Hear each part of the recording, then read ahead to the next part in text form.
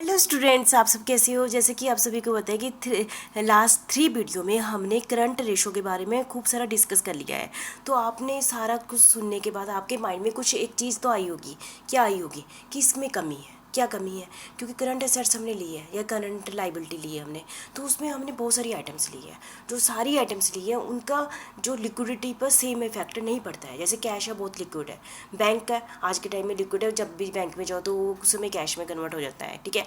और जो हमारा डेटर है वो उसके कंपेयर में कम लिक्विड है ना। अगर डेटर को कन्वर्ट कैश में करना थोड़ा कम लिक्विड है, हम जाएंगे डेटर के पास, उसको कहना हमें पैसे दे दें तो एक आधा दिन लग जाएंगे। हो सकता है कुछ डेटर अड़ भी जाएँ कि अभी नहीं देना, हमने 1 महीने के बाद देना, तो थोड़ा टाइम लगता है उसको लिक्विडिटी में कन्वर्ट होने के लिए।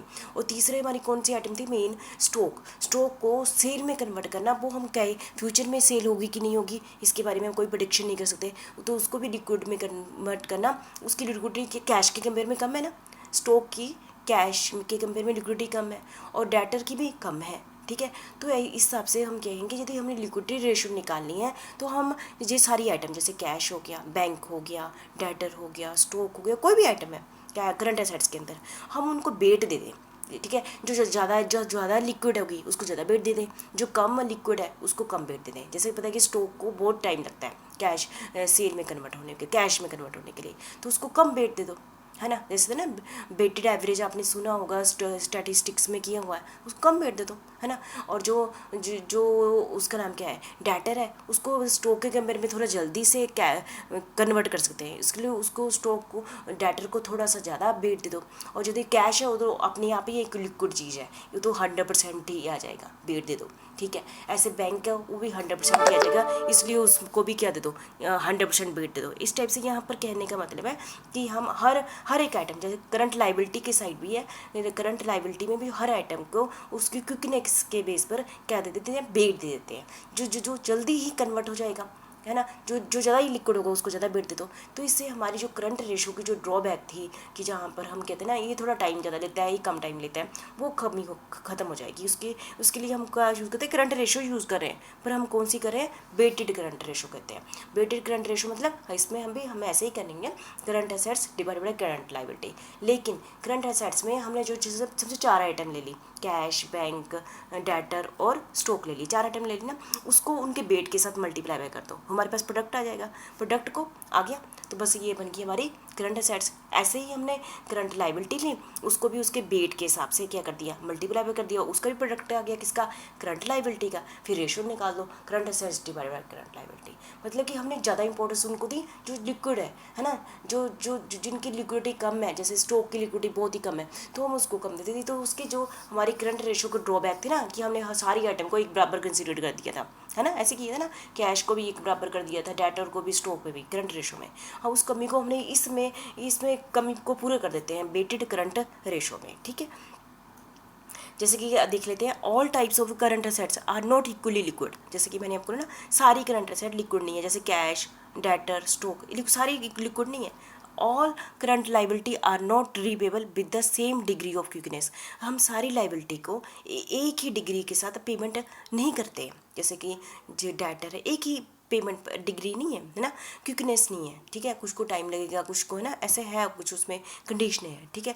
The discrimination can be expressed by assigning proper weight against each component of current assets and current liability. इसलिए इस डिस्क्रिमिनेशन को क्या कहते हैं, करो इनमें कि हमने जो करंट एसेट्स है, करंट लायबिलिटी के आइटम को बेट दिया जाए उनकी क्विकनेस के बेस पर, ठीक है, उनकी डिग्री ऑफ क्विकनेस के बेस पर और लिक्विडिटी के बेस पर उनको क्या दे दिया जाए, बेट दिया जाए। बेट are assign to each individual items, चाहे करंट एसेट्स की, करंट लायबिलिटी की, डिपेंडिंग अपॉन रिलेटिव लिक्विडिटी दे दिया।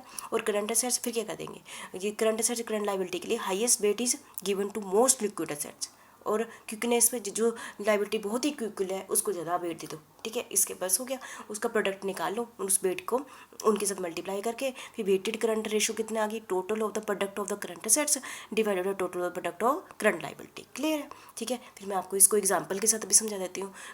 The weighted current ratio is considered to be more reliable. ये ज़्यादा रिलायबल ना, तो हमें उसको देखने से ही लग रहा था करंट रेशो में हम सभी आइटम्स को एक बराबर इंपॉर्टेंस दे रहे हैं, लेकिन एक्चुअल में ऐसा होता नहीं है ना। तो उसकी जो कमी है यहाँ बेटेड करंट रेशो में कवर हो गई है। ठीक है। देखिए एग्जांपल देखने, क्वेश्चन आपको इतना ही दिया हुआ है, ये तो मैं सोल्यूशन है ना, मैं डबल टाइपिंग ना कर पाऊँ, तो ये तीन लाइनें दी हुई हैं आपको कि अमाउंट इतना है। रेड वाला भूल जाओ, रेड वाला मैं बताती हूँ क्या है, वो बेट दे दिया, जैसे कैश को 100% बेट दे दिया, क्यों पता है कैश और बैंक में, हाँ ये तो 100% लिक्विड ही है ना, कभी भी पेमेंट कर दो। डेटर को 80% बेट दे दिया, क्योंकि डेटर से पैसा कलेक्ट उसी समय नहीं हो पाता ना, कहते बेट दे दो 80%। स्टॉक को कैश में कन्वर्ट करना थोड़ा टाइम लग जाता है, इसलिए इसको कितना बेट दे दिया, 60% दे दिया। देखो कैश और इसके स्टॉक के कंपेयर में फ़र्क तो पड़ गया ना, बेट हो गया। और ऐसे ही बिल्स पेबल को 100% पेमेंट करनी होती है, टैक्स पेबल 100%, क्रेडिटर को 80% दे दिया, क्योंकि अब चलो इनको टाइम है, इनको दे सकते हैं थोड़ा टाइम के बाद भी पेमेंट, ठीक है, उनको बेट दे दिया।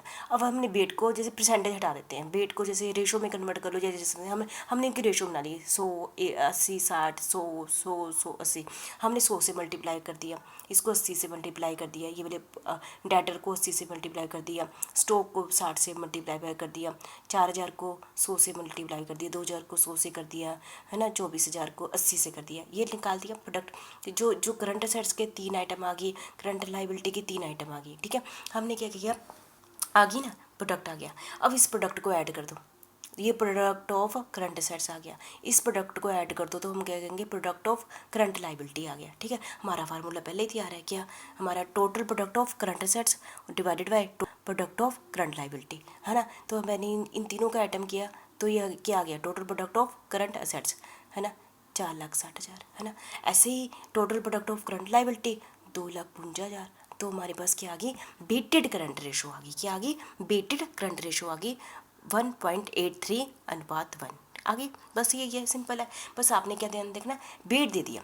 देखो यदि हम पिछली करंट रेशो में क्या कर रहे थे, सभी को इक्वल बेट रहे थे, 100 सभी को 100 ही दे दिया, 100 से मल्टीप्लाई कर दिया, कोई फ़र्क नहीं पड़ा, सारी जीरो कट कर दो तो ये वही पॉइंट पर हम पहुंच जाएंगे, ठीक है। यहाँ पर बेट हमने क्या दे दिया, अलग अलग दे दिया, उनकी क्विकनेस के बेस पर, उनकी लिक्विडिटी के बेस पर, ये ज़्यादा अच्छा मेथड है, ठीक है। ये था बेटेड करंट रेशो मेथड। बस कुछ नहीं है, बेट से मल्टीप्लाई किया, उसके प्रोडक्ट को ऊपर रख दिए करंट असेट्स के, उसके प्रोडक्ट को नीचे रख दिया करंट लाइबिलिटी को, आ गया, सेम ही है, बस इसमें बेट को मल्टीप्लाई करना है, ठीक है। और ऐसा भी नहीं करना इकट्ठा कर देना, हर आइटम का अलग अलग करना है, ठीक है। तो आप समझ गए होंगे।